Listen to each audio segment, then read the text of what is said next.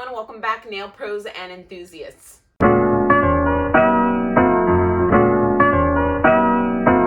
So I'm really excited to be bringing you a very thorough and extensive review, and today it's going to be on O.P.I's gel base and top coat. Now, as you all know, I'm looking for the best of the best, and I'm trying out all the brands that we know and the brands that we don't know.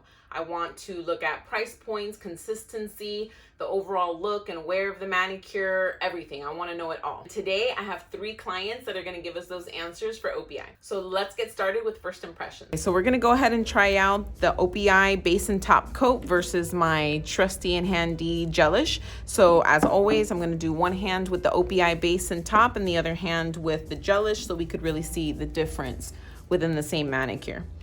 So here we have nicely prepped nails, and this is just going to be first impressions. I want to check out consistency and how nice it looks once it's all said and done. This is their base coat.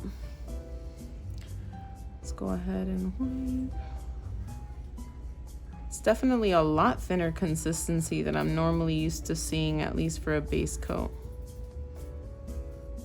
And it uses a regular brush. Oh, actually, wow, that is super thin. It kind of looks almost like a primer, but it's not runny. Uses the same brush that your regular polish would use, not like gelish or some of the other ones that have a really short base coat brush.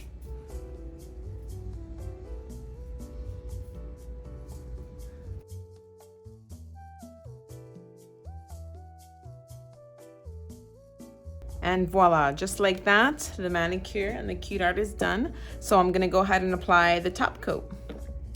And of course, this hand, we're using O.P.I top coat.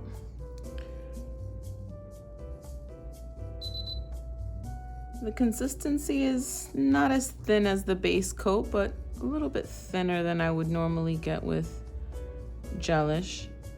And the only reason for the top coat that I get concerned with consistency is because you don't want to push too hard on the brush. It could streak art, especially if you're doing lines. It'll streak it even though it's cured. But you also don't want to put too much because then it'll start running into the edges. So I like a base coat, I like a top coat where I'm able to apply it softly, but not be too concerned with it running into the edges, because then I got to go back and waste time cleaning it up to make sure it doesn't cure there.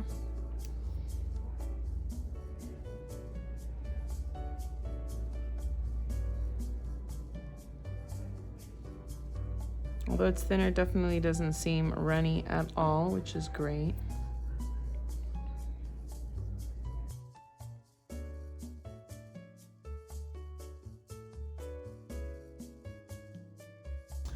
Now on this one, I put little metal studs there, so anytime I do that, I do love to double coat just to make sure that it doesn't rub off in that area and discolor the studs.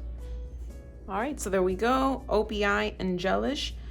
Overall, although consistency of both base and top coat were pretty thin, I had no issues handling it, and all 3 manicures looked perfect and shiny on day 1.